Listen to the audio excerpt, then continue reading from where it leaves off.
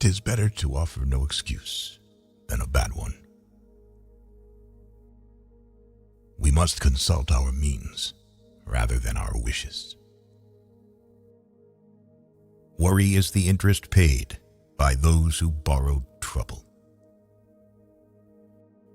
Decision-making, like coffee, needs a cooling process.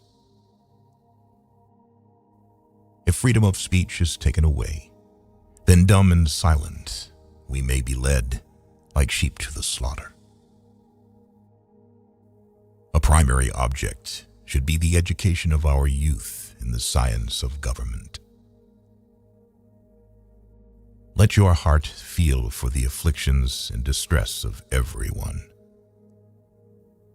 Be not glad at the misfortune of another, though he may be your enemy. Strive not with your superiors in argument, but always submit your judgment to others with modesty. Real men despise battle, but will never run from it. Individuals entering into society must give up a share of liberty to preserve the rest. 99% of failures are the ones who make excuses. A bad war is fought with a good mind. There is nothing so likely to produce peace as to be well prepared to meet the enemy. Be courteous to all, but intimate with few, and let those few be well tried before you give them your confidence. True friendship is a plant of slow growth and must undergo and withstand the shocks of adversity before it is entitled to appellation. It is better to be alone than in bad company. Human happiness and moral duty are inseparably connected. To persevere in one's duty and to be silent is the best answer to calumny.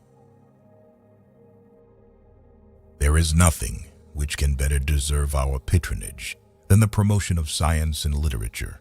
Knowledge is in every country the surest basis of public happiness. To be prepared for war is one of the most effectual means of preserving peace. Guard against the impostures of pretended patriotism. Labor to keep alive in your breast that little spark of celestial fire called conscience. Perseverance and spirit have done wonders in all ages. It is best to be silent, for there is nothing more certain than that it is at all times more easy to make enemies than friends. Associate yourself with men of good quality. If you esteem your own reputation, for 'tis better to be alone than in bad company. Let us therefore animate and encourage each other, and show the whole world that a free man, contending for liberty on his own ground, is superior to any slavish mercenary on earth. A sensible woman can never be happy with a fool. Few men have the virtue to withstand the highest bidder. Happiness depends more upon the internal frame of a person's own mind than on the externals in the world. Experience teaches us that it is much easier to prevent an enemy from posting themselves than it is to dislodge them after they have got possession. The harder the conflict, the greater the triumph. The turning points of lives are not the great moments. The real crises are often concealed in occurrences so trivial in appearance that they pass unobserved. As mankind becomes more liberal, they will be more apt to allow that all those who conduct themselves as worthy members of the community are equally entitled to the protections of civil government. To encourage literature and the arts is a duty which every good citizen owes to his country. A knowledge of books is the basis upon which other knowledge is to be built. Paper money has had the effect in your state that it will ever have to ruin commerce, oppress the honest, and open the door to every species of fraud and injustice. Discipline is the soul of an army. It makes small numbers formidable, procures success to the weak, and esteem to all.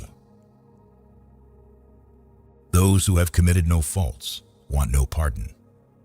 We are only defending what we deem our indisputable rights. We should not look back unless it is to derive useful lessons from past errors and for the purpose of profiting by daily bought experience.